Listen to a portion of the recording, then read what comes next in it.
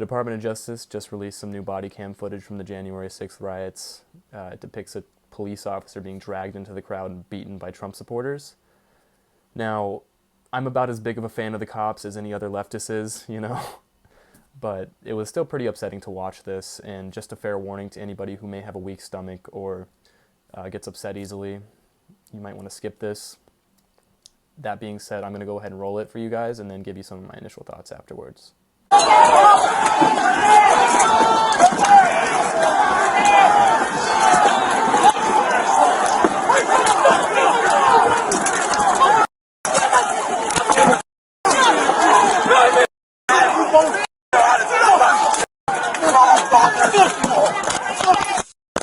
So apparently it's back the blue until the blue decides to actually try and uphold democracy for once.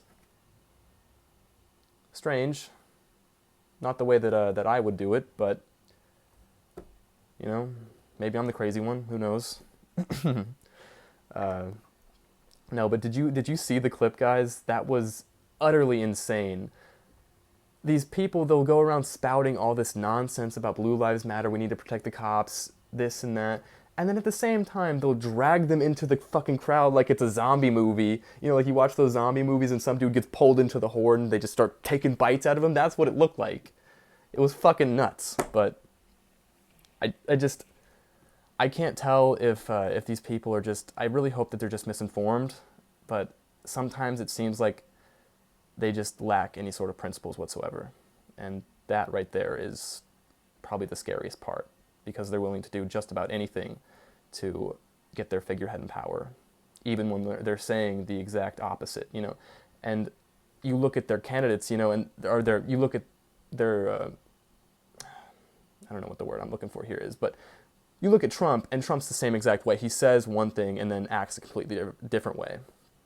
And that's where I wish I could get through to them and be like, hey guys, I know you love that Trump is like, I'll bring the jobs back to America. I'm going to end the trade deals. I'm going to get the troops out of Afghanistan. I'm going to give you those $2,000 checks. But he never follows through on those promises. So, yeah, I mean, you're kind of, you're hurting yourselves here. That's the only one that you're hurting is yourselves. The people. But no, in all seriousness, guys, this is a really scary time for our democracy. We're at a point in our country where 1 in 4 Republicans are in favor of political violence. And those are numbers from the American Survey Center. Yeah, the American Survey Center. So those are scary numbers. Just think about hordes of Republicans coming in and being like, give us what we want or we're going to shoot you in the head. It's terrifying.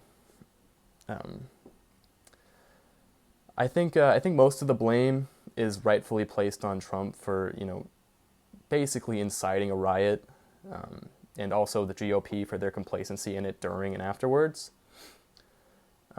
Again, totally justified and, you know, reasonable to place the blame there, but I think we're really missing a point there where the reason that these people are, you know, forced to the extremist wing of politics, whether it be on the left or the right, is because the Democrats, the supposed progressives in Congress, lack any capability in passing legislation that benefits the American people.